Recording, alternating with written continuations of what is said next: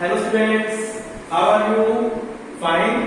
चलिए बेटा, हम लोग अभी तक एग्रीगेट डिमांड के चैप्टर 6 के पहले 5 लेक्चर कर चुके हैं। लास्ट डे हम लोगों ने टॉपिक किया था प्रोपेंसिटी टू कंज्यूम। ठीक है, प्रोपेंसिटी टू कंज्यूम, जिसके 2 पार्ट्स थे, APC and FPC, average propensity to consume and marginal propensity to consume. ठीक है, आज हम लोग टॉपिक कर रहे हैं, लास्ट टॉपिक है आपका propensity to saving. Propensity to saving, ठीक है, ये क्या होता है? It refers to ratio between income and saving. Income और सेविंग के रेशियो को क्या बोलते हैं? Propensity to saving. बहुत ही सिंपल सा मीनिंग है, द रेशियो या प्रोपोर्शन, एक ही बात है, रेशियो बोल दो या प्रोपोर्शन बोल दो। It refers to ratio between income and saving. Income और सेविंग के प्रोपोर्शन को क्या बोलते हैं? Propensity to save. ठीक है, इसके भी 2 पार्ट्स हैं, एपीएस एफपीएस। एपीएस का क्या मीनिंग है? एवरेज प्रोपेंसिटी टू सेविंग, और एमपीएस का क्या मतलब है? Marginal propensity to save. ठीक है बेटा, क्लियर? यहां तक प्रोपेंसिटी टू सेव का मतलब क्लियर है। It refers to ratio between income and saving. चलिए पहले हम एपीएस पढ़ते हैं। Firstly we study APS. What is APS? Average propensity to save. It refers to ratio between total saving and total income। जैसे वहां पर total consumption और total income के बीच का रेशियो था, यहां पर क्या रहेगा? It refers to ratio between total saving and total income. Total saving और टोटल इनकम का जो रेशियो होता है उसको क्या बोलते हैं? APS, average propensity to saving. APS निकालने का फॉर्मूला क्या रहेगा? सेविंग अपॉन में इनकम, सेविंग अपॉन में इनकम। ठीक है, एस अपॉन में Y. It refers to ratio between total saving and total income. Total saving and total income का रेशियो क्या कहलाएगा? एपीएस कहलाएगा। फटाफट मीनिंग निकाल लीजिए।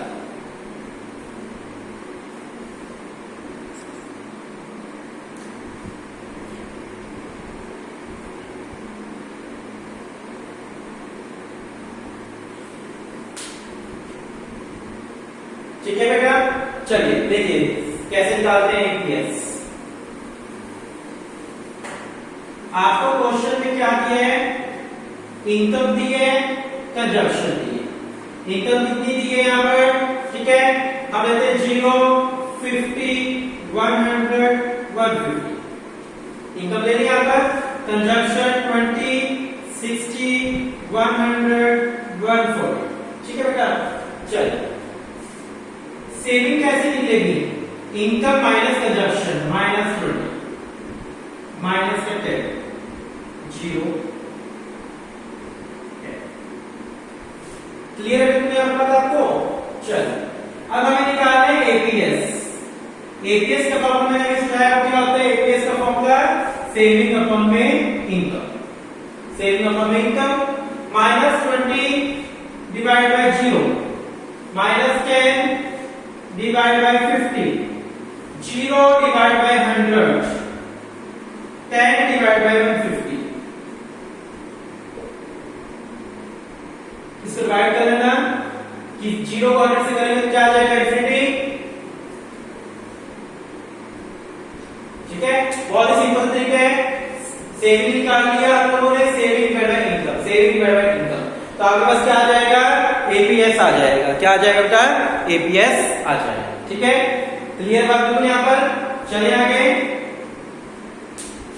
चलो एमपीएस। एमपीएस का मीनिंग क्या होता है? What is MPS? It refers to ratio between change in saving and change in income. मैं बात करूं एमपीएस की, तो एमपीएस क्या होता है? It refers to ratio between change in saving upon में change in income. Change in saving divide by change in income क्या कहलाता है? एमपीएस। ठीक है, जैसे एपीएस का मीनिंग क्या था? It refers to ratio between total income and total saving. तो एमपीएस क्या होता है? It refers to ratio between change in saving and change in income. वो क्या कहलाएगा? आपका एमपीएस कहलाएगा। देखिए कैसे निकालते हैं एमपीएस, हम इसी टेबल में ले रहे हैं। एमपीएस निकालने का तरीका, सेविंग में पहला एमपीएस नहीं आएगा, फर्स्ट तो चेंज हो ही रहा कुछ भी। सेविंग में कितना चेंज हो रहा है? -10 माइनस -20। देखना -10 में से माइनस करना ऊपर वाला, तो -10 में से माइनस करा -20, तो -10 माइनस -20, तो ये प्लस का बन जाएगा, तो आपका 10 आ जाएगा। सेविंग में कितना चेंज हो रहा है? +10। इनकम में चेंज 50। 0 से माइनस किया, माइनस का 10, तो क्या आ जाएगा? प्लस का 10 आ जाएगा। यानी सेविंग में कितना चेंज हो रहा है? 10। इनकम में कितना चेंज हो रहा है? 50। देन फिर सेविंग में कितना चेंज? 10 में से 0 गया 10, और इनकम में कितना चेंज? 50। ये आपका क्या आ गया? एमपीएस। बस चेंज आपको ध्यान रखना कैसे निकालना होता है? नीचे से ऊपर वाला माइनस, इधर डिवाइड, तो आपके पास क्या आ जाएगा? एमपीएस। चेंज इन सेविंग कितना हो रहा है? वो divide by change in income. Change in saving कितना हो रहा है? Divide by change in income. Change in saving कितना हो रहा है? Divide by change in income. So आपका क्या आ जाएगा? ये एमपीएस आ जाएगा। क्लियर है आपको बिल्कुल अच्छे से? एमपीएस का टॉपिक क्लियर है? कैसे क्लियर है? बिल्कुल। चलिए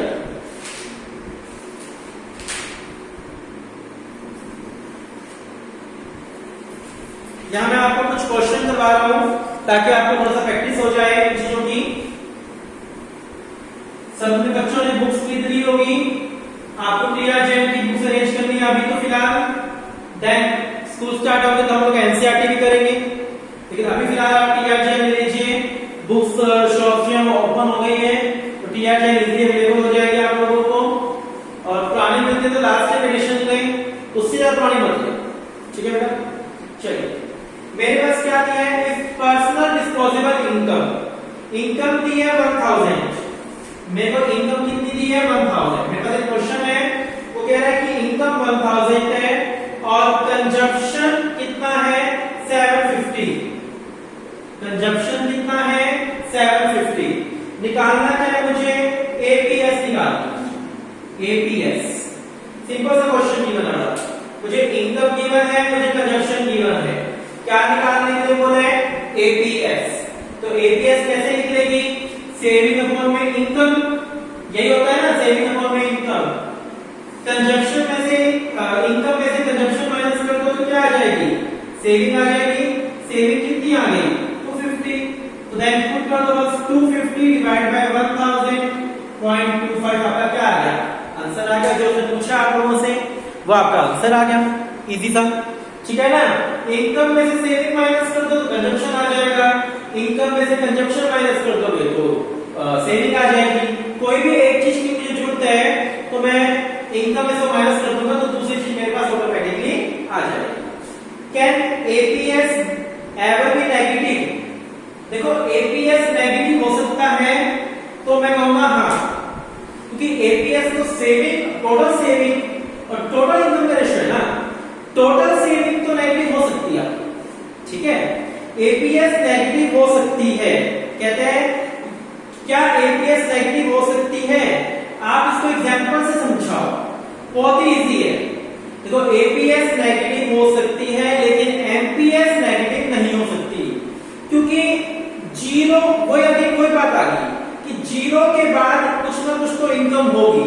जब जीरो से कुछ इनकम होगी तो सेविंग तो कुछ ना कुछ हिस्सा होगा, यानी और नेगेटिव नहीं जाएगा।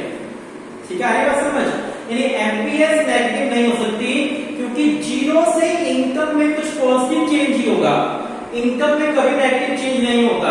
जब इनकम में जीरो से कुछ पॉजिटिव चेंज होगा तो कहीं ना कहीं कुछ पार्ट हम लोग सेव करेंगे, सेविंग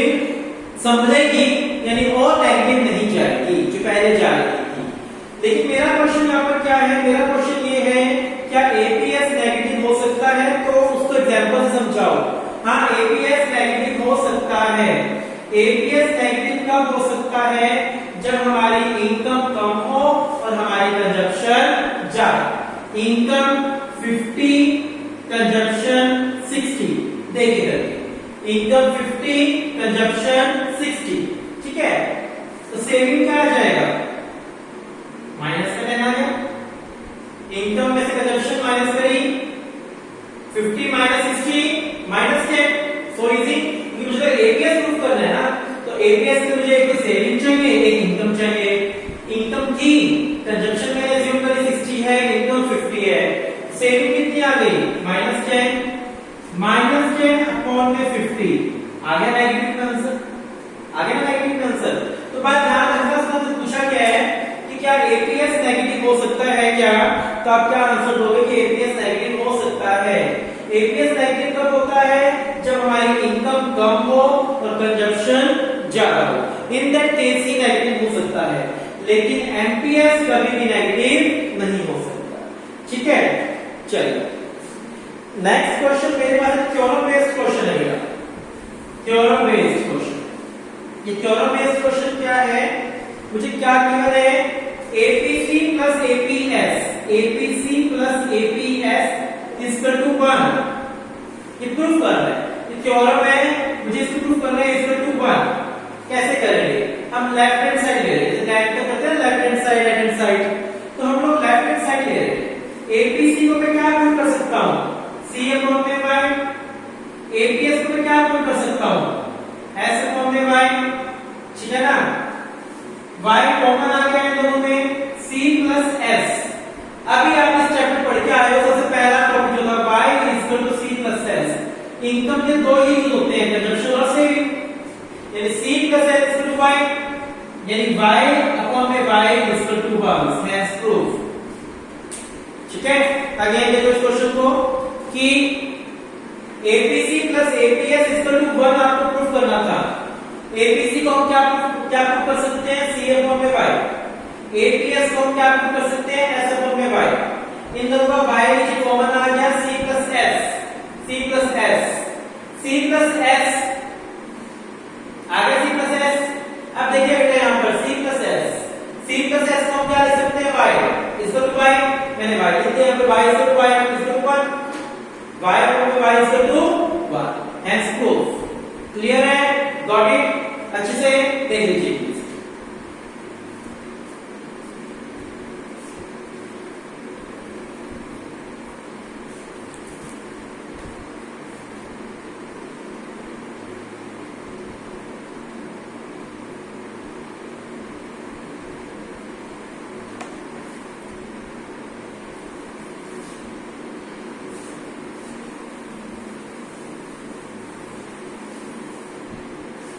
चलिए बिल्कुल लास्ट टॉपिक में बता रहा हूं आपको, जो क्वेश्चंस की फॉर्म में मेरे पास एबीसी, एपीएस, एमपीसी, एमपीएस।